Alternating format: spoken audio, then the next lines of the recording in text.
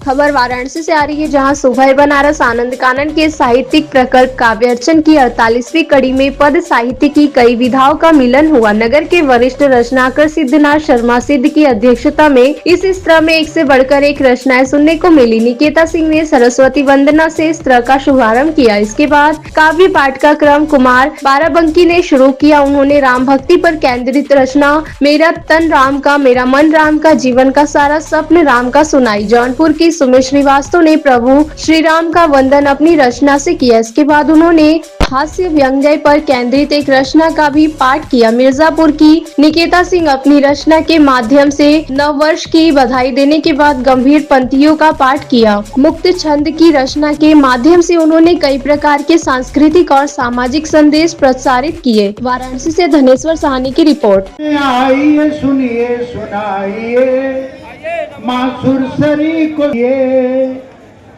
सुबह बनारस का है ये संध्या का कार्यक्रम, सुबह बनारस का है। स्वागत है हमारे मंचस्थ कवियों कवियत्रियों को मैं हार्दिक अभिनंदन और स्वागत करता हूँ। तो और गिरीश जी बैंक में आइए हैं और थे भी, तो बैंक वाले लोग भी काफ़ी हैं। ये मत समझिएगा कि कुल शिक्षकों का ही पार्सलिटी हो रहा, बैंक वाले भी हैं। और ये लोग ये कहे कि नागेश जी हम लोग आपको बहुत मानते हैं, हम कहे आप लोग क्या मानते हैं, सब बैंक वाले मानते हैं। इतना हम लोग लोनें लेते हैं कि मनवे करेंगे, शिक्षकों से ज़्यादा कोई लोन नहीं ले सकता। हमारा नारा है कि अगर उधारी हेलीकॉप्टर मिले तो हम काले खरीद लें। और ये हेलीकॉप्टर छुटकी वाला नहीं, बड़की वाले की बात कर रहे हैं। परिचय की आवश्यकता नहीं है, लेकिन हमारे दर्शकों को अपना परिचय बता। कवि नागेश शांडिल्य और आप हैं रुद्रनाथ त्रिपाठी पुंज जी। सुबह बनारस के मंच पर एक साहित्यिक पटल के रूप में सुबह बनारस के कई प्रकल्प हैं। आप देखते हैं सवेरे के कार्यक्रमों के बाद घाट संध्या के अंतर्गत शाम को कभी संगीत का कार्यक्रम, नृत्य का कार्यक्रम, तो साहित्यिक प्रकल्प के रूप में काव्यार्चन नाम की कवि गोष्ठी, कवि सम्मेलन की स्थापना विगत सितंबर में हुई थी। और ये 2023 में 48वीं कड़ी है काव्यार्चन की।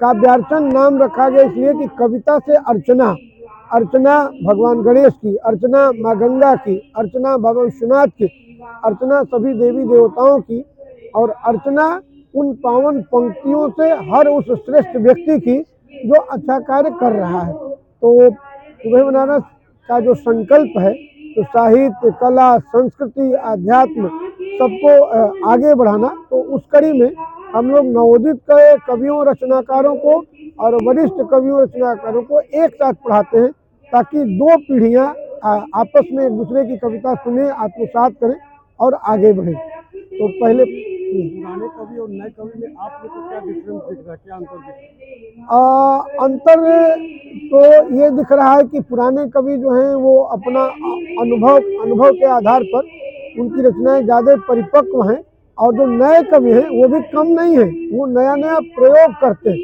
देखिए, ये पूरा जीवन एक अनुभव है दीर्घ काल तक।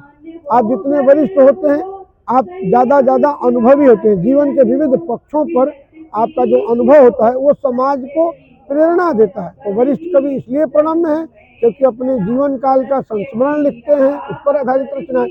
और नए कवि इसलिए प्रणम्य है कि वो जो है वो अनुभव, अपना अनुभव और प्रयोग दोनों को शामिल करके। आज चूंकि गणेश चतुर्थी का महापर्व है और पूरा देश गणेश चतुर्थी मना रहा है, क्या कुछ कहना चाहेंगे? अगर मैंने कहा कि काव्यार्चन का मतलब ही है अर्चना, तो अर्चना भगवान गणेश की, गंगा की, भगवान शिव की। तो गणेश जी तो प्रथम पूजित देवता ही हैं। तो उन सारे चीज़ों में तो क्या है कि कविता भी उनकी अभ्यर्चना करती है, अर्चना करती है। तो गणेश शिव परिवार के सबसे लोकप्रिय और छोटे सदस्य हैं।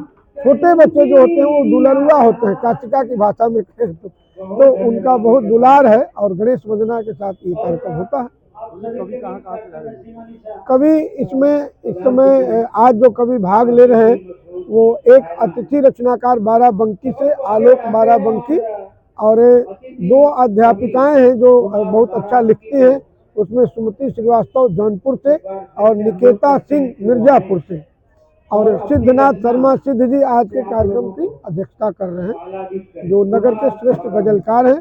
परमहंस तिवारी जी उसका संचालन